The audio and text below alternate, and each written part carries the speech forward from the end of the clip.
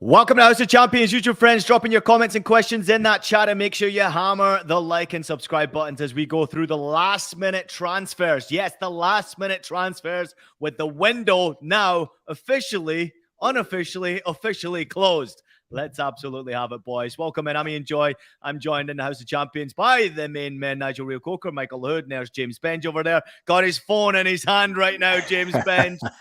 The window is now closed. Initial thoughts. James, I'll come to you first because it's been very active around your area. Initial thoughts on the transfer window in general? Daft. An awful lot of clubs proceeding with limited semblance of a plan, and increasingly the sense that there is absolutely nothing more ambitious than spending a load of money with little rhyme or reason. I'm just delighted it's over. I think it's the stupidest part of football. I think more often than not, these deals are pretty much an irrelevance. I mean, we'll come to talk about this with Enzo Fernandez, but you know, what's ambitious is running your club well and making shrewd signings and committing to giving young footballers opportunities. What's not ambitious is paying the release, the £120 million release clause for a player with next to zero sample size. But we are going to talk about it. Tell us how you feel, James. Tell us how you feel. Let it come in. Just pull him up. Your poison and tell us more. We love it, James. Hey, listen, I know it's very late over there. We appreciate you joining us right now. I know, obviously, things have been crazy for you today, but really, thanks for everything you've done as well. And obviously, just tracking you has been real fun over this transfer window in general. So appreciate all the hard work you put out there, especially for CBSSports.com. Nigel, this has been mad, mate. What are your thoughts? Do you know what? I think James pretty much said all I was thinking. It's literally like he was reading my mind. I think the biggest word I would use with this transfer window is daft. I think the best bit of business, the club laughing the most in this transfer window is Benfica. And we're all big Benfica fans in what they're doing in the Champions League. But they did the best bit of business in this transfer window and they're laughing. I'm with James. You've been there, Ian. You've been there, Mike. Not all change is good change. Like James said, I'm a big fan in that and understanding it's having a direction in your club, in what you want to do and how you want to go about it. We've seen it so many times. Just because you spend the cash doesn't guarantee success. And I'll use an example for me. Everton. Everton are a club that's been doing that for 20, 30 years, buying left, right, and center with no real direction. And look at Everton now. It eventually catches up to you. You have to have a plan. You have to have a structure. And I give credit again, but I give credit to Arsenal this time. Since Arteta's been in there, he's actually gone in not to spend money to compete with Manchester City. He's got the right pieces that's needed, and that's why they're doing so well this year in Arsenal. Smart bit of business by Arsenal. We can't wait to discuss it. Mike, I'm coming to you because there has been a few shock moves going on today, the last-minute transfers. One in particular caught our producer Desi's attention very much so. It was Matt Doherty going to Atleti Madrid. No real choice for him to depart because of Porro's arrival. But this is a big move, obviously, for Doherty. It's a surprise move to Atleti. And I guess after that, also touch upon the fact that Pedro Porro has just been announced at Spurs and the deal is finally done. A deal until 2028, apparently. Yeah, I think this is to make move for Pedro Porro. I like Porro quite a bit. Saw him play for Sporting in the Champions League. This is a player who led the Portuguese league in assists as an outside back, so you know he has attacking pedigree, and he will fit even better for Tottenham Hotspurs. I think he will be a bit of a upgrade at outside back. They needed an upgrade at outside back. Emerson Royale is not it. He was never it. He will never be it for Tottenham Hotspurs. For Matt Doherty, I don't even know if anyone in Madrid knows who Matt Doherty is. He's probably going there to get a bit of sun. I'm just calling it what it is. He's going to get a little bit of sun, maybe some paella, and he's going to back up Nahuel Molina because Molina's hands ahead over Matt Doherty. He'll be what did you say, Ben? A solid backup for. That's what they said. That's what they said. Oh, okay, that's even worse. I mean, he had a great run of form for Spurs, like at the back end of last season.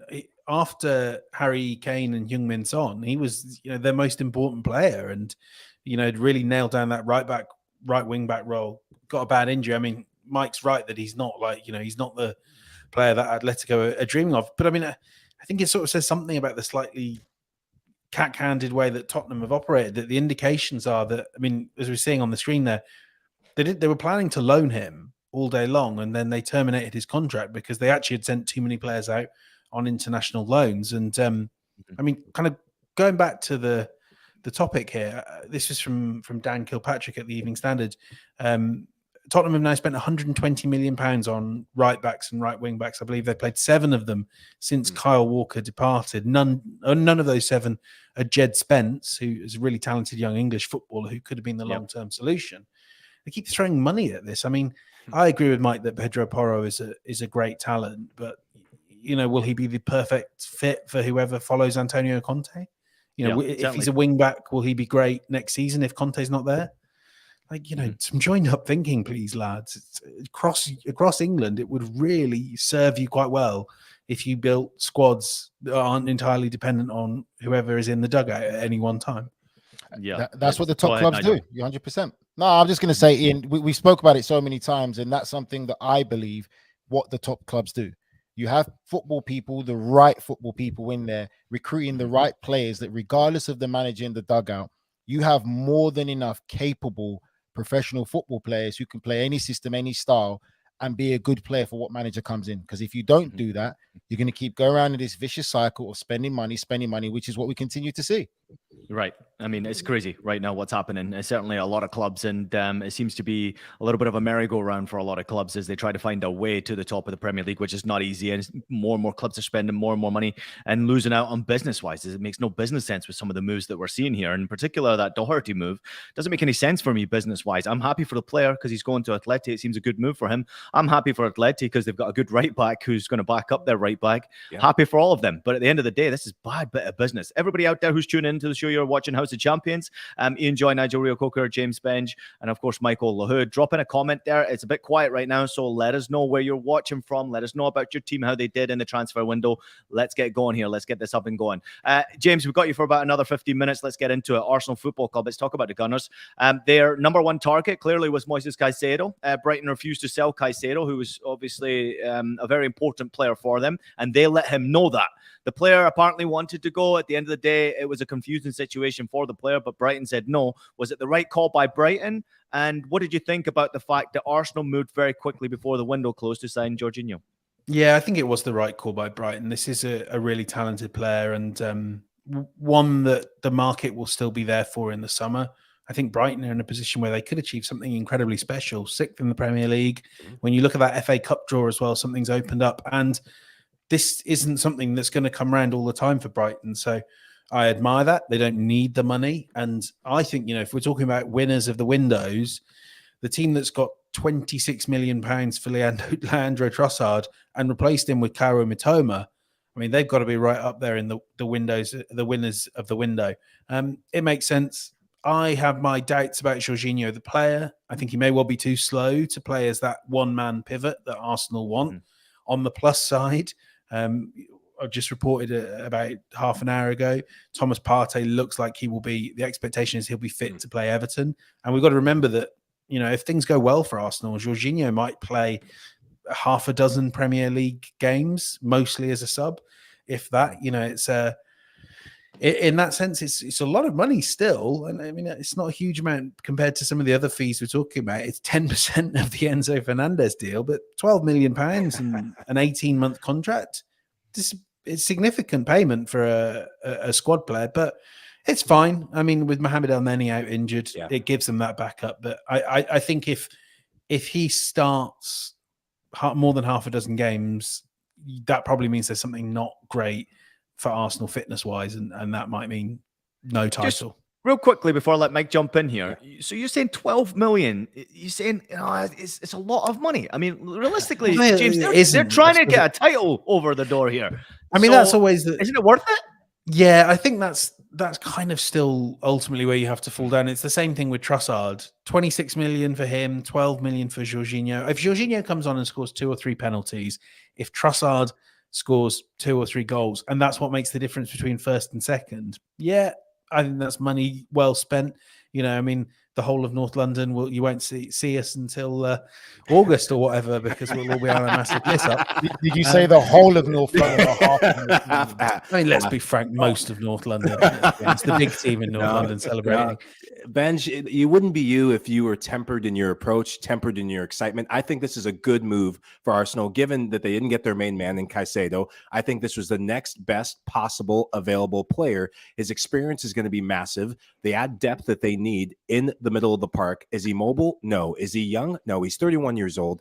Arsenal have kind of a bad habit of getting older Chelsea players. We've seen it with Petr Cech, Willian, David Luiz, but I think this one's going to be different because of the need, because this isn't the Arsenal of old. This is an Arsenal club and team that are on the up and up, or on the cusp of something really good, and the player is desperate to get into a healthier environment.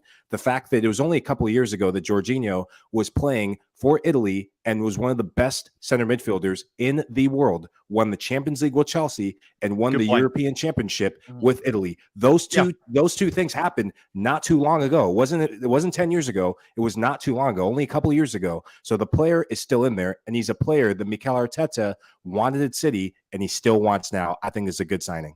He knows how to win, right? He knows how to lift trophies. He's been there. He's done it. The experience is so massive. Nigel, you know all about it. Yeah, no, I'm just going to jump on what Michael said. He's 100% right. He's going into a good atmosphere and a good environment. He's leaving Chelsea, going into Arsenal. There's a structure there. There's a team dynamic there. There's a real belief there. He's an experienced player. He's got youth and energy all around him. And it's not youth and energy that's still learning. It's youth and energy now that you would say are very experienced players. So he's going into a great situation where he doesn't have to do that much. He just has to be himself in how he plays, in his style, and he's got everything around him. I think it's a great bit of business for Arsenal. And I also think the Trossard deal was a great bit of business, because I'm not worried about how much goals he'll score or anything like that. But the impact alone of what he did in that City game tells me enough that he's another threat in the attacking sense for Arsenal, where they can cause teams problems. So there isn't that heavily reliance now on Saka. Now you have Saka and Trossard. So you've got both sides that are going to be problematic. And Nketiah being young and obviously going to get a lot of opportunities and from those two players, I think that it's taken Arsenal to another level. And what I feel looking ahead, Arsenal will at least minimum finish in the top 4. It's taken them for Champions League football, having a squad that can compete Champions League wise and Premier League wise. My question to you, James, is how much of an influence did Edu maybe play in this deal to bring Jorginho in because of the Brazil? Look at him smiling. Look at him smiling. I think everyone, especially around Arsenal, everyone likes to credit everything good to Mikel Arteta, and everything bad sort of ends up on Edu's desk by default. But yeah, it was a deal, from what I was told, that both parties agreed instantly on, and they'd had on their list, especially when it became clear that Enzo Fernandez was breaking in Chelsea's direction. This is a deal we can get done, a player we like you said, one that Arteta's liked for a long time. And yeah, I mean, Arteta has done so well that he deserves to get praise for everything good that happened at Arsenal. But part of the reason Arsenal are so successful is this lockstep, this tight bond between Edu and Arteta. I mean, the other thing I would note, I'm sure we'll come on to talk about Enzo Fernandez. Chelsea right now, I mean, I don't know, Chelsea play on Friday night. I'm at that game at Stamford Bridge, and I'm really intrigued to see what sort of midfield they can actually put out. Let's assume that Enzo's not ready for Premier League football. I mean, at 120 million, he should be, but it's fair to say he won't be. James, come on. You know they're just picking the names out of the hat for that. Exactly. Maybe you've got a big bowl there. They just pick a name out of the hat, and this is the starting 11. They must have enough numbers. Sort of Kovacic, Zakaria, Conor Gallagher, and Fernandez. Doesn't sound very impressive to me, does it? It doesn't sound like a midfield that can lead you to top 4, which is suddenly looks like it might be a bit open with Newcastle, with Man United losing Eriksen. It feels like Chelsea have set themselves up to have these immediately huge expectations with a squad that has no ability to fulfill them. All right, let's not jump ahead too quickly. I want to get your rating, James, on how Arsenal did. Were they the best club in the transfer market this window? I mean, obviously, Trossard coming in, QVR coming into the team. I just had to do this on HQ, and I said it was Bayern. Bayern Munich? Yeah, I think Bayern have had the best window. But, I mean, I would give Arsenal a 7 out of 10. I think, it would have been great to have got a Caicedo or a Mudryk, but actually they get some credit for how they reacted to that. And they made the moves that you would want to see from a title chaser. It makes me think of when the NBA trade deadline comes and you see all these people pick up like elite level players on a contract till the end of the season. That's Jorginho, that's Trossard, isn't it? Just getting good bench options. I like that. I'm just going to 7-8. Compete against you just a little bit here, James, and say that they did not sign a striker, Bayern Munich. So until they sign a striker, I am not no. Because they didn't sign, do a stupid striker signing. They played it smart. They know who they want. The goals are spreading around though, Bayern, so that's the thing. We can't say like they're really the goals since when? The goals since when? When you mean goals spreading around, you mean the goals being conceded as well? Is that what you mean? The own goals spreading around. We do have a lot of people jumping in the comments right now. Thanks to everybody out there for jumping in. Hi to Rafa. Doherty's main function at Tottenham was to be best friends with Kane. Letitia jumping in and saying 2 moves that makes me believe that Arsenal might just win the Premier League, signing Jorginho and City without Cancelo. Matt Osmond, how do you? Krishna Verdampton also jumping in. Chelsea seem very in love with Chelsea. A big following, of course. Obviously, thank you, Krishna, for always following us. As a Chelsea fan, I am happy for Jorginho that he can get the move that he wants and stays in London with his family. I mean, this drives me insane when players go to like rivals, and I don't think there's a rivalry anymore when it comes to the Premier League. Players just go wherever they want to go. Come on, you Gunnar, says BX Gunnar 81. A lot of people jumping in. Beto Ramirez also saying nothing on Real Madrid. Very inactive transfer window for Real Madrid. But let's turn our attention to Chelsea Football Club. And yes, let's discuss Enzo Fernandez. The deal apparently has been done. We're still waiting for that announcement, the official announcement coming from Chelsea Football Club. But it does appear, Michael, that it is an 8.5-year deal for Enzo. The deal is finally done. He moves from Benfica. He is a Chelsea player, and everyone seems confident that this deal is in fact complete. Is this a good move for Chelsea Football Club? And who actually got the better end of the deal here? Was this Chelsea or was this Benfica? 1000% Benfica.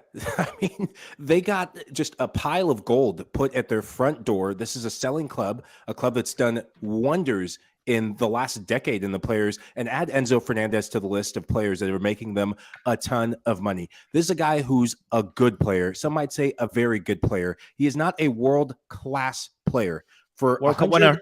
He is a World Cup winner. That's great, but he's still not a world-class player. If you look at the center midfielders who are there that are world-class, I would not put him there. Can he get to world-class? Absolutely. But for the amount of money, Benfica, 100% win. I hope they reinvest it. They will reinvest it into the next player that brings them a pot of gold. Nigel, what does he do for Chelsea? I mean, what does he bring to Chelsea? I mean, we have all followed Enzo Fernandez since his short time in Portugal, and obviously he has performed very well, including into a World Cup where he performed incredibly well. But what does he bring to Chelsea that they wanted to make sure he was their player? I'm still trying to work it out myself, Ian, if I'm honest. If I told you what he brings, I'll be lying to you. I think he's like Michael said, I think he's a good player. But I think there's going to be a lot of scrutiny because of the price tag. And we know players are not the one who set these price tags. But like Michael said, I feel Benfica have done the best bit of business in this transfer window. Rui Costa, the director of football, was absolutely sensational in what he did. He knew Chelsea would be desperate to sign Enzo Fernandez. He stuck to his guns, making them meet the clause. And you cannot tell me that Enzo Fernandez is going to go to Chelsea and be an instant difference maker, where we're talking about him creating goals every game, scoring goals every game, and being a complete impact player. We still don't know how he's going to adapt to the Premier League. I'll probably say, yes, he's a box-to-box midfielder. He's probably more effective in the final third in the sense of creating goals and scoring goals, which Chelsea have been lacking. He needs that creativity. But the Premier League is a whole different beast compared to playing in the Portuguese Premier League. And again, it's how quickly he's going to adapt. When you're spending that type of money, you're talking about immediate impact. And that's a very small market in the world football where you can say players can come in. We're already looking at Darwin Núñez, how much he's struggling at Liverpool. The fact that now he's sitting on the bench against Brighton and Liverpool spent 80 million for him.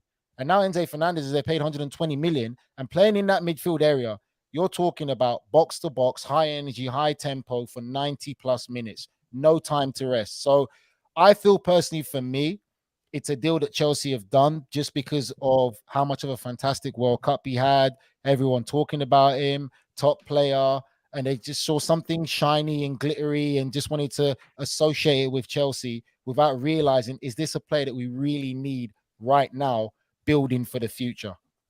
Yeah, I agree with everything Nigel and Mike have said. And look, we should say we've been leading the Benfica charge. We've been key Benfica fanboys on this podcast, and we know we've developed a big Benfica audience out of that. That's why we keep talking about them. But I mean, one thing that has to be said: these are one of the best talent spotters in the world. But actually, Nigel's mentioned there Darwin Núñez. When you go and pull out the list of the most expensive sales they've ever made, we've got it up here. Wow. João Felix will now, I think, just about be eclipsed by Enzo Fernandez. You've got Darwin Núñez in that list, Raúl Jiménez to Wolves, Victor Lindelof to Man United. There are some great ones in there, especially the ones that went to City, Ruben Dias and Ederson. Oof. But I mean, it is not... Benfica rightly have this reputation as the ultimate talent factory, the best finishing school for South American footballers. But it is no guarantee that a player coming from Benfica is ready for this. And I think especially, we look at the difficulties Darwin Núñez has had adapting to the physicality of the Premier League. And I think that will be particularly pronounced for Enzo Fernandez. I mean, let's say he makes his debut against Fulham. Is he kind of ready for João Palhinha and Harrison Reed to whack him about the pitch for 90 minutes? This guy is, and we have been saying this a lot, and I loved watching him in the Champions League. I thought he was one of the best players in a brilliant Benfica team and one of the best players in the group stage. Oh, but this is a huge step up. This is not about having that moment for a few weeks in the autumn. This is about repeating it, and that's what will be expected of you. Because as we keep saying, when Chelsea spend all this money, it doesn't matter that they're investing in young players. The expectation is that they make this a hit immediately. Yeah, great point from all of you there, especially when it comes to what's happening in the crazy world right now and how you immediately impact. There is some breaking news right now. Our own Fabrizio Romano is obviously very active in the transfer window right now. We do see that Keylor Navas joins Nottingham Forest on a loan deal from PSG, but just also reported that there's a big issue for the Hakim Ziyech deal. PSG and Chelsea signed the contracts, but were not sent back to be registered in time. The contracts are not validated as of right now. So the clubs are trying to find a solution, but as of right now, it looks like there could be a problem with the Hakim Ziyech deal. Chelsea fans out there, what do you think about that one there? Looks like he could be staying. PSG would be a bit gutted. But so would Chelsea. They've got no room for him, and last thing they want to do is have Hakim Ziyech. Gets better. Yeah. Crazy stuff. Nigel, real quickly, before we let James go, I want all of you to have a little say in this one here. Chelsea have obviously made a lot of signings, but they've also signed new deals to many players. If I go through some of the players, Mudryk, Badiashile, Mudeke, Fofana, Cucurella, Broja, Chukwuemeka, Slonina, Santos, Sterling. We are talking 8.5-year contracts, 7.5-year contracts, 7.5-year contracts, 7 years, 6.5, 6 years, 6 years, 6 years, 6 years, 5.5, 5 years. Nigel first, and then James. I know you've got a point on this one because you had a very interesting interview earlier this week that you can explain a bit more in detail. But Nigel, Mike, then James, you finish up. Can't hear you. He's on mute. Leave you on mute. Yeah. My point is, like I said, I heard it. Obviously, it's a way of getting around the FIFA fair play. So that's all I'm going to say. And I think that, again, Todd Boehly's new to football, and he thinks that all these players that are signed are going to go well. There's no guarantee you're going to sell them for the same money back, and you could take huge losses. But it's all part of that financial fair play. I think it's crazy. Yeah, I think there's two discrepancies. One, yes, the amount of money that's being spent, the length of the contracts is one thing, but the wage bill, keep an eye on that. Mudryk, he's not one of the highest earners at Chelsea Football Club, even though he's on a longer contract than some of the players. I think it's about lowering the wage bill for Chelsea Football Club in the longer term. Yeah, I mean, as Ian was mentioning there, we had a chat with David Sampson, former president of the Miami Marlins. And whilst I can't say I'm an expert on all things MLB and all things baseball, I mean, this is obviously an approach that's kind of been lifted from there, and Boehly's a minority stakeholder in the Los Angeles Dodgers. I think, and kind of one of the things that came out of this conversation is we get the feeling that Boehly might think he's sort of discovered the equivalent of like a big rookie scale deal for a player like Mudryk. Let's have him playing for 90 grand a week for the next 7.5 years. Well, look, unlike American sports, contracts don't really mean all that much in the end. And if Mudryk starts playing like a 250 grand a week player, he's going to expect to be paid like one. In the end, it'll all stand and fall on whether these players are good enough. If Mudryk, Fernandez are really top quality players, then it's not a big problem that you've got them tied up and you have to give them some pay rises. But every single one of these that they get wrong is just going to be a nightmare. They'll be stuck hanging around forever, deeply unhappy, and it just longer term Bakayokos and Babaramans are the last thing Chelsea needs. Can I just tie a bow on that, James? Yeah. What we haven't mentioned is the fact of, if Chelsea don't start being successful with competing for the Premier League and Champions League, how long does Mr. Bowley think until the fans turn on him and get him to sell the club and start causing an uproar and a ruckus? Because they can clearly see what's going on. And again, I don't think any Chelsea fan can truly sit here and say they see a direction and a plan with their team. Yeah, great point. We've got Dan Kane jumping in. He's a Newcastle fan, certainly one who's been on the channel before. He also believes that Enzo doesn't get them into the top four. Krishna's back in. For me, Chelsea have a midfielder that are box to box, but don't have the passing vision. I understand the pressure of the price tag. I think Enzo's passing vision is something that others simply don't have. That's a great point right there. Uzmaki Leon jumping in. Chelsea are playing Pokemon over there. We got to catch them all. Lovely shout right there. Brown and Cooks. Chelsea use football science to buy the players.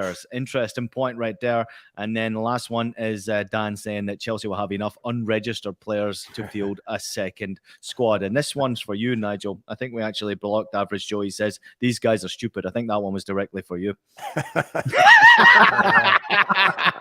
Tell him to come back when he's got his own podcast. James, we appreciate you, mate. We're going to go to break and we'll let you go as well. Get some sleep. Great work over the transfer window, man. We appreciate you greatly and all the great work you do for CBS Sports, and certainly a big part as a co-host here on House of Champions. So get some sleep, but stick around, everybody. House of Champions and the boys will be right back. Italy's best clubs and brightest stars bring show-stopping skills and unbelievable thrills in the fight to the finish for the Scudetto. Stream every Serie A match live on Paramount Plus. Well, don't miss out on any of the Serie A action. Follow some of the biggest stars in the sport like Olivier Giroud, Rafael Leao, and Lautaro Martinez as they try to lead their teams to Scudetto. How will the table change going forward? Which club has the best chance of winning it all? Which clubs have the most to lose? Find out all the answers and stream every single match from Italy's top soccer league live only on Paramount Plus. Try 1 month free with the promo code Serie A. Welcome back. You're watching House of Champions. It's Ian Joy, Nigel Reo-Coker, and Michael Lahoud. Thank you so much to James Ben for joining us. He's probably already jumped into his bed. Guys, it has been a very interesting transfer window. Let's discuss the Reds. Yeah, I'm talking about the Red Devils, Michael Lahoud. Marcel Sabitzer arrives on a loan deal from Bayern Munich. No permanent fee involved. Sabitzer seemed very happy to be joining Manchester United. What are your overall thoughts as a United fan? Yeah, I think it comes at the right time, especially given the injury to Christian Eriksen coming after that FA Cup clash with Reading. Unfortunate injury because Eriksen's been one of the best players. Good partnership between he and Casemiro in midfield. He will be missed. But I think a player like Sabitzer, if he can get even a fraction of the sort of form he had when he left Leipzig to go to Bayern Munich, I think it could be a hit. I think this is the right gamble to get a player like that. He's an upgrade from what Plan B could be, which is Scott McTominay, Scott McSauce, for those of you up in Manchester watching the pod. I'm not a McTominay fan. He's been there too long. I think they need to move on from him. I think this is a good Plan B. I just think that for me, Mike, I give credit to the manager. I think Erik ten Hag really has come to Manchester United with a real plan. This is a manager that actually knows what he's doing, and he's doing it the right way. He's not going buying or asking for crazy amounts of money. He's building with the players that he's got, and he's recruiting the right players. I feel for me, this is the best recruitment in the sense of the manager that they've got of these American owners pretty much since they've been there. Like, this is something that they can really build on. Again, I just hope that they can see what they have and continue to support him and don't get sucked into other things that we've seen so far in the likes of Chelsea, going for big names and just the star power of selling shirts and all that type of nonsense. No, you can build something special. And again, for me, it's a stop in the gap right now because of obviously Eriksen's injury. But the midfield area is something that they definitely need to recruit, strengthen, improve quality levels into.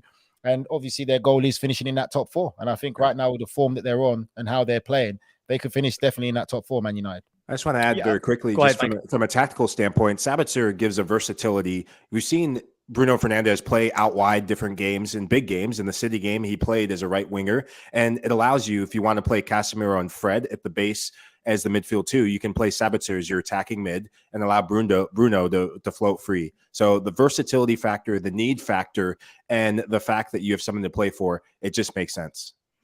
Nigel, I want to come to you quickly on Ten Hag. I mean, you mentioned it real quickly about obviously the structure and how things have changed around at Manchester United. It seems to me like the power is certainly in the hands of Ten Hag, and the job that he is doing is certainly being proven with the results that Manchester United are getting right now. And it seems to me like obviously with the Eriksen injury, obviously an ankle injury, he's going to be out for about 3 months. This is a good fit for Sabitzer to go to Manchester United and get some minutes and show the true quality of a player that he is. This is not a permanent deal. There is no price tag at the end of it. So it is a stopgap player, as Mike pointed out. But this is also a player that can make a difference if he's on top form. The Leipzig form that Mike's talking about, what a player. What a fantastic player. This guy can really go to the next level with his own performances when he's challenged. And I think he gets that at Manchester United. However, he's got to be consistent. He's got to get shots. He's got to keep playing. And when he does play, he's got to play well. Because you could get a Sabitzer that is uninterested if he's not involved in the games enough. He becomes a pain in the ass, and he could be a problematic player around the locker room as well. Manchester United, in the way Ten Hag is running this business, Nigel, impresses me so much. What are your thoughts on Ten Hag and how he's handled everything? 1000% with you, Ian. The way he's run Manchester United is enough to tell you. The whole handling the Cristiano Ronaldo situation, how he's put a firm foot down. We've had players come from Manchester United and say discipline has finally been reinstated at that club, because that was what was needed. Too many players were getting away with murder. And you can see how they perform. Look at the improvement in performances we've seen from individual players. And I'll be honest with you, I loved Casemiro from his time at Real Madrid. I didn't know he'd have the same impact as he would have coming into Manchester United. And he has been absolutely phenomenal. And even for Casemiro to come and say, I'm enjoying my football, I'm playing like a kid again. Whenever a player says that, Ian, you know it. It comes from management and coaches. So I think that Sabitzer is going to have a dressing room that's organized, well-drilled, focused, and he will know instantly you can't step out of line, regardless. And this is our goal is to get in that top 4, come here and be part of it and enjoy your football. And I feel it's a great fit right now. Yeah, great point. If you want to know how good Ten Hag is, just go have a look at Ajax Amsterdam of late. They are an absolute shambles. She is left. Mike, real quickly, the transfer window is over for Manchester United. How would you rate it out of 10? 1 being dreadful, 10 being very good. Let's not forget that Weghorst was the other player that was added. Yeah, I'm very happy with this transfer. I think we address needs more than wants. And as a United fan, hey, we move forward, and it's all about how these players adapt to the field. Weghorst getting a goal before the window closes. Can Sabitzer make as big of an impression? We'll see. Yeah, a couple of questions coming in here. Go ahead, Nigel, real quickly before I get to them. Nothing. All right, we have Krishna jumping in saying, I don't know, Nigel, he said the Glazers are, as long as the Champions League is there, they don't care about improving or really going after trophies. We also have Matt Osman jumping in saying, it's a big loss, Eriksen, it's a big loss. Don't think Sabitzer can replace that talent void. I agree with you pretty much, Matt, but he certainly has the potential, and with the right players around him and the right coach in the right environment, I think Sabitzer could be a real hit at Manchester United, but you got to get that player. And Dan jumping in and saying, no one knew, Nigel. Crazy how well he has played. I have no idea what that comment means, but I thought Manchester United got an extension. About Casemiro. I think it's about Casemiro. Yeah, I think so. Speaking of craziness, this transfer window did not disappoint for the Americans. Michael Lahoud, Leeds United got Weston McKennie. It was a great video seeing him, obviously, with Tyler, the two players linked up together. It is a loan deal. There is a €30 million asking price at the end of the loan deal if Leeds United want him. It's pretty cool to see Jesse there, Tyler there, Brennan there, Weston, obviously, all together. It seems like it's a unique environment for the Americans. Overall thoughts on the move for Weston McKennie? And then overall thoughts on what you think this will do for Leeds United going forward. Can he really help them? I think he can help them. I think he's going to a league that translates well to his game. I mean, this is a guy who's a box-to-box midfielder. I don't think Serie A was where he should have gone in the first place after leaving Schalke to go. But credit to him. He was part of a lot of transition at Juventus. He started getting games. I liked how he playing at that wing back position in Juve's back 5, sometimes a back 3 when they're in attack. But he will be part of that midfield 3. Jesse Marsch has flirted between a 4-3-3 and a 4-2-3-1. I think with the addition of McKennie, it'll go to a 4-3-3. McKennie on one side, Tyler Adams on the other, and Raka Adams and Raka have had a good partnership so far. I think they will need life in that midfield. But ultimately, Leeds will need to get goals and get wins, and McKennie will help this team. NRC, can I come to you just with a really important question? Because this is an American invasion here. And obviously, we can all be critical of the American players, but I'd go as far as to say Tyler's done a good job so far in the Premier League. He's pretty much settled himself in there. Brennan's done a good job implementing his part in the games. But Jesse Marsch is still struggling. They're still at the bottom of the table. I watched their FA Cup game at the weekend. I thought it was a good performance from them. Lovely goal from Jack Harrison. But is Weston enough for Leeds United to keep them up and to keep Jesse in the seat? Ian, you're so right. I'm intrigued to see how this goes because I understand what Michael's saying, and maybe Weston McKenna has that thing, but the Premier League is a different kettle of fish. Koulibaly, who Chelsea's paid a lot of money for, who people think would have took Chelsea to win the Premier League this season, has struggled tremendously that Chelsea have bought another 4 or 5 centre-backs. And he's come from Serie A being pretty much the best defender in Serie A. And he's gone to the Premier League and even admitted to say he didn't realize how difficult the Premier League is. It's a different game. And especially coming in centre midfield, Michael, it's going to be a rude awakening. I like Tyler Adams, what he's done. For me, like Ian said, Ian made the point which I was going to make is the same thing. Great him coming in. Leeds are not winning. It's a results business. That is one place, a difficult stadium to go and play when things are not going well. It's not going to be too long unless they start getting some results till the fans turn on Jesse Marsch. And then it makes it a complete different environment for those players and the pressure really kicks in. I'm intrigued to see how he adapts to the Premier League. And I think that it's going to be a rude awakening. He has to understand he has to hit the ground running because he's not going to a club that's comfortable, that's going to give him time to embed himself in. He's going straight in the deep end. And Leeds, let's be real, they're in a relegation battle and they need to start getting results. So I feel I'm going to sit back and watch. I'm not going to criticize him or anything like that. I think he is a great talent, but I think that he's got to understand how difficult the Premier League is going to be from Serie A. He's not going to get that time and space that he's used to. And he's going to be players in his face constantly, a lot of one-touch, two-touch player, balls around the corner. That's what it is to play in the Premier League in midfield, in centre midfield. But he's a player that doesn't like the ball at his feet that often. He wants to press and win balls in the attack. And I think that's going to translate. I think that's going to translate well in the Premier League. The Premier League is becoming a league where you press and win balls high and get to goal. A high energy plays a part, but then there's going to be times when you play against good teams who are just as good on and off the ball, and they'll be like, okay, let him have the ball because he can't hurt us. And sometimes you've seen players crumble. Ian will tell you as well, when players have the ball and they've got a lot of time and space, they give it away cheaply. I know stories of top managers who, when we've played them, top managers, I'm talking the top 1%, who said, when he has the ball, press him and close him down. When he has the ball, leave it to him. He'll give it back to us. That's a different story. And those type of situations can arise. You will get exposed in the Premier League. I agree with that. But let's look at the schedule coming up because Leeds have a favorable schedule. Remove the 2 games against United. I think they're going to struggle in those 2 games. But look who they play. They play Forest. That's a winnable game for Leeds. It's a direct. It's a tough game, but it's a winnable game, manageable game. Then they play United twice. They play Everton. They play Southampton. Those are good games for Weston McKennie to come in and get his feet wet in the Premier League. I like his odds of getting a good start. That's all I'm saying. What's Leeds struggling to do, Mike? Win games. I hear that, but hear that. Score goals. Hey, I hear that, but when you're struggling, you need an energy lift, and this guy's going to bring the energy offensively. He makes runs out of midfields. He's not a deep-lying playmaker that's going to want to dilly-dally on the ball and get caught on the ball. He didn't do it at Juventus. He didn't do it in Germany. He's not going to do it in the Prem. I think his skill sets, when he's on, hopefully he will be on, will translate well. He's going in an environment where he's going to be comfortable. He's going to be welcome. He's going to feel at home. And as a player, you both know this, that makes a difference when you've gone to a new team.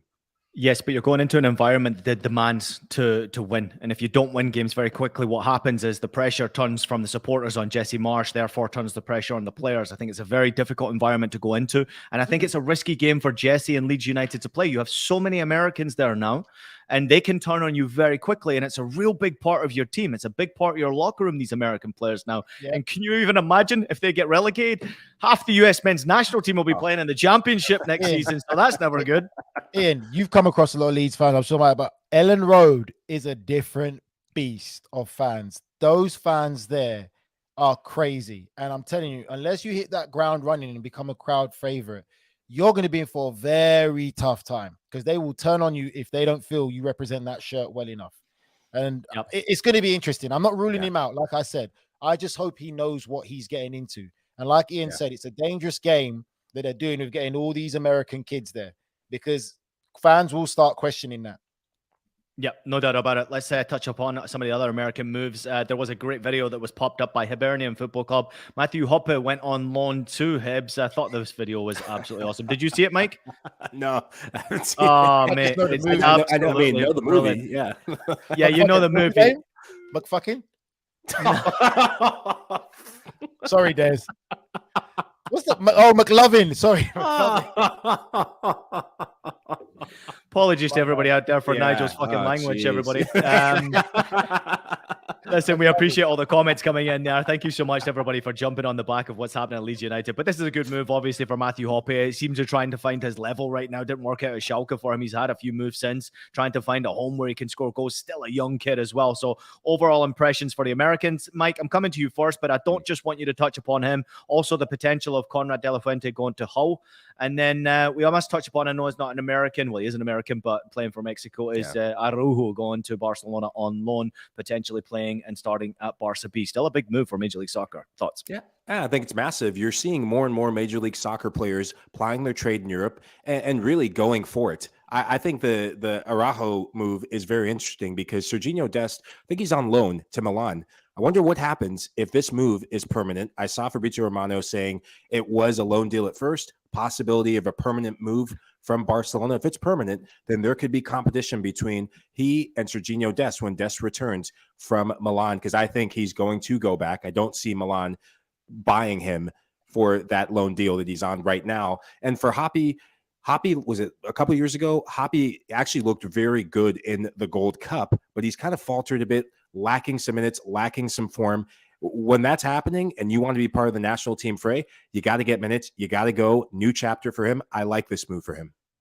Yeah, it's been interesting to see what Hoppe's actually done because he did start very well at Schalke. I was covering the Bundesliga very intensely when he started, and he scored a bunch of goals, but he has really struggled to score goals wherever he's gone since then. He has spent some time at Mallorca. He spent some time at Middlesbrough most recently and just can't seem to find the back of the net. He can't seem to find his goals more than anything else. So he's really, really struggling.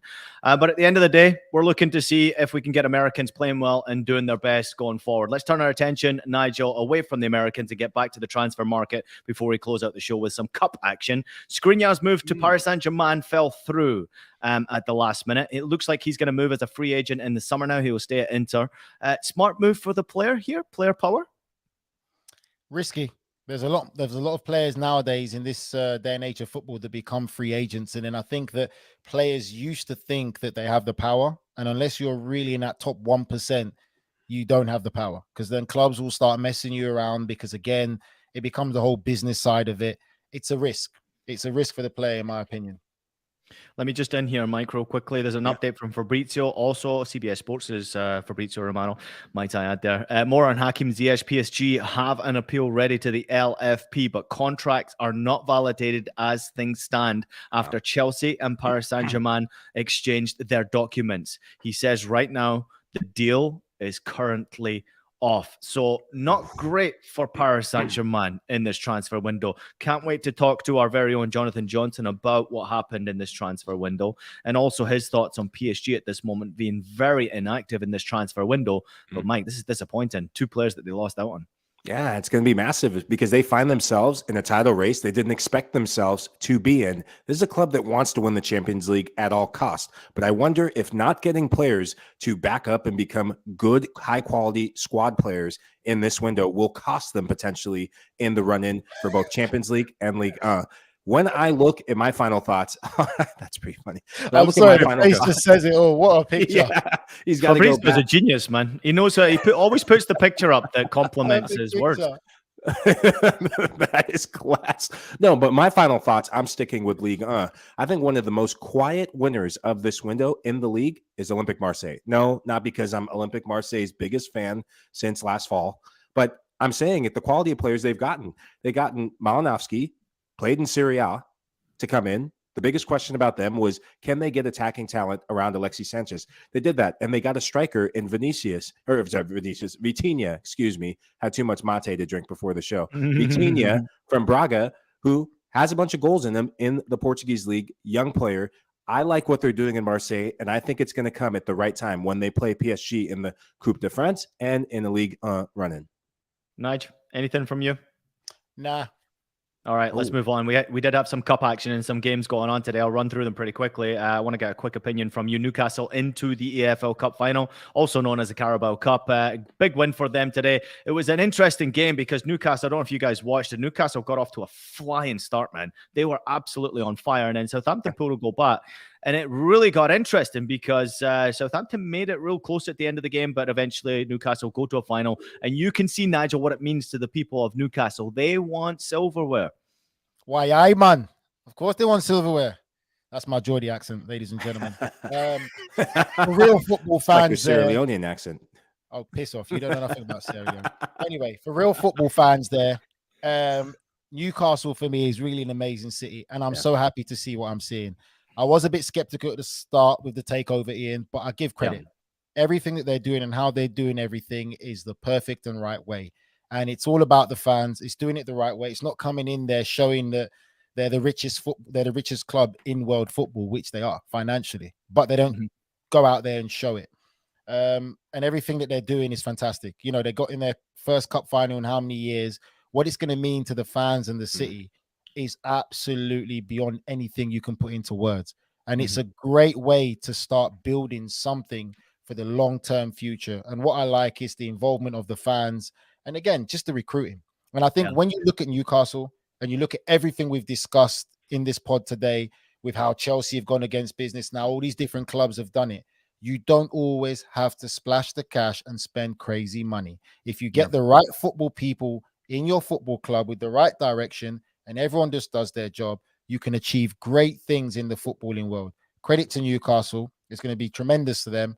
And just to add to Newcastle, it's going to credit to Brighton in what Brighton have been doing for how many years. Eddie, a little bit of credit for Eddie here. Yeah, massive credit to the manager. Yeah, well, credit to the local lad, Shane Longstaff, as well, getting the 2 goals today in the cup match against Southampton. I thought he was brilliant. For Newcastle, yes, the team is amazing, but it's right side, strong side. Kieran Trippier getting the assist. Miguel Almiron getting the assist on both goals. They have been the production valve. Trippier leading the team in assists. What's that, Nige? No, I was just going to say, carry on. I'm going to ask you a question. Okay. Please do. Let me just finish my spiel. But Trippier has been leading the team in assists. Almiron with the goals. It's good to see Longstaff getting in on the action offensively. What's your take? What's your question? I was just going to say, we just discussed about the American takeover at Leeds, right? How long did it take for Almiron to really hit form where you can say he's recognized Premier League player? How many years, Michael? 1. What is it? Yeah, a year? 1 year. Yeah. Behave. You think quicker? No, longer. Oh, longer. How long has Almiron been in Newcastle for? Well, he's been there for 2 or 3 years now. I don't even know how long he's been there. I'd say 2 or 3. I would say 1 year before he started to really show something. Mate, this is the best bit of form that he's had. Other than that, for me, he's just been another high energy player that you'd love in your team because he runs around all day. Now he's showing Premier League quality. Can I just also add here that Bruno Guimaraes got a red card in that game. It was video review. It went back to video review. It was a dreadful tackle. I don't know if you guys saw it, but it was a horrible tackle. That's a big loss for them. Oh, it's massive, especially should they play United, most likely play United in the final. Advantage United because of that. He's a big loss. He's a big component of what they do in possession and also when they press. Without him, they're a different team. Yeah. All right, let's move on. German Cup also took place today. Paderborn lost by 2-1 against Stuttgart. Stuttgart scoring 2 goals in the last 5 minutes of the game to get the victory. Very, very good performance from Stuttgart, but just couldn't find the back of the net until the final 5 minutes. Union Berlin, they actually went through against Wolfsburg. Good victory for them. Wolfsburg under Niko Kovac rejuvenated somewhat, but just falling short at the final hurdle. Union Berlin getting the job done there. Knoche scoring against his former club, and Behrens scoring the winner 79 minutes into the game. And then Coppa Italia. I didn't update my score. I didn't watch the game, but I think it was 1-0 to Inter Milan, and Darmian scored the goal. Right? Go ahead, Mike. Yeah. Well, it was. It was an interesting game. In the first half, Inter had the ball and really didn't materialize enough chances in the second half, though. They really turned it up, and I thought it was interesting to leave certain players on off the 11. Dama Lookman was a player I would have expected to be more and have more of a say and more of a play in this game. Gasperini, I think, got it wrong, got out coached, got outplayed in the end. Well, he brought him in at 55 minutes into the game. I thought he started the game. I mean, I don't even understand why they started with that team. As soon as I saw the teams, I decided I wasn't going to watch that game. That was just me. I was just like, I'm not going to watch this game. There's too many other good games to go on there. I want to go back to Germany real quickly before we do finish here with our final thoughts. There was an awesome exchange on social media. It was between, obviously, Union Berlin and Leipzig. If you notice right there, Isco was apparently about to sign for Union Berlin. So when he was not announced in the squad, RB Leipzig decided to ask the question, where is Isco? And then Union Berlin replied with tradition, which means you're a plastic football club, Red Bull Leipzig. You're a plastic football club. You got no history. You got no tradition. Yes, that's what that response means from Leipzig, from Union Berlin, which I thought was absolutely class there. Nigel? Golf clap. Yeah, that is golf clap. Pretty awesome. Mike. I love this because why? Not just for Twitter banter, but there is a Bundesliga match and a Bundesliga run-in, potential title run-in between these two sides to pit Bayern to the title. So why not start it at Twitter and then take it and I love this. The Bundesliga needs more of this. I just need to say, well, the Bundesliga do a great job with their social medias, but more and more clubs are getting very active on their social media, and the comedy coming out from some of these people, they deserve a raise. I mean, it's so fantastic watching what's happening. Boys, great transfer window. Great stuff as always today. I appreciate you. We're hitting 50 minutes here, so we better get out of here, but really great job from both of you. Nigel, anything before we leave? No, it was just honestly, I honestly, just for me, I'm not going to lie, I cannot wait to see how all these signings that Chelsea have done mesh together and just to see what comes next at Chelsea. That is what I'm looking forward to. Mike, anything from you? Yeah, of course. Happy that Sabitzer's in, but kicking myself because I love my African footballers. Wanahi to OM. That's a big one. One of the breakout stars from this World Cup, getting a big upgrade, getting a big move to Ale OM. So can't wait to watch him play. Officially announced here from Fabrizio just seconds ago, Enzo Fernandez is a new Chelsea player. All the documents are signed between the clubs with Benfica and player side on the contract, valid until June 2031. Medical tests are also done. Payment in 6 different installments, but 40 million upfront. Boli and whoever that name is, board did it after a mad 24 hours. Yeah. We finally got a here we go. Let's guess his wages then. Because Enzo Fernandez ain't signing for no 100 grand a week. Let's guess his wages. 350 a week. No, for 8.5 years. Yep. Oh, you got to be crazy to do that. But the player has the power here, though, Nigel, because he knows that they want him, and Benfica want to keep him. So the player has all of the power here because both clubs want him. Benfica done the best bit of business. I would probably say he's probably on anything from about 200 grand a week, and he probably took a large bit of wage in a signing on fee early, like a large bit early doors. A good 10, Nigel, similar to what you got. A good 10. I'm a simple man, mate. I'm a simple man. Not 10 grand. I was saying 10 million. I'm a simple man with the Ferrari. Simple man. House of Champions After Dark is officially over. House of Champions transfer window is now officially closed. Everybody will be back at it again on Wednesday at 12:30 Eastern with Fabrizio Romano. We're going to get all the secrets around the end of this transfer window, so make sure you tune in with us then. The boys have been absolutely fantastic this week, so thank you to you guys. But thanks to everybody out there for listening to House of Champions. Please take a minute to leave us a rating and a review on your favorite podcast platform. We're available on Apple Podcasts, Spotify, Stitcher, and anywhere else you listen to your podcast. We're also available as videos, so subscribe to us on YouTube and leave us a comment and let us know what you think of the show. It means a lot to us. Thanks to everybody. We'll see you with Fabrizio on Wednesday. Nigel, you can go and enjoy your night with another drink. Tell your friends, people. Best podcast out there.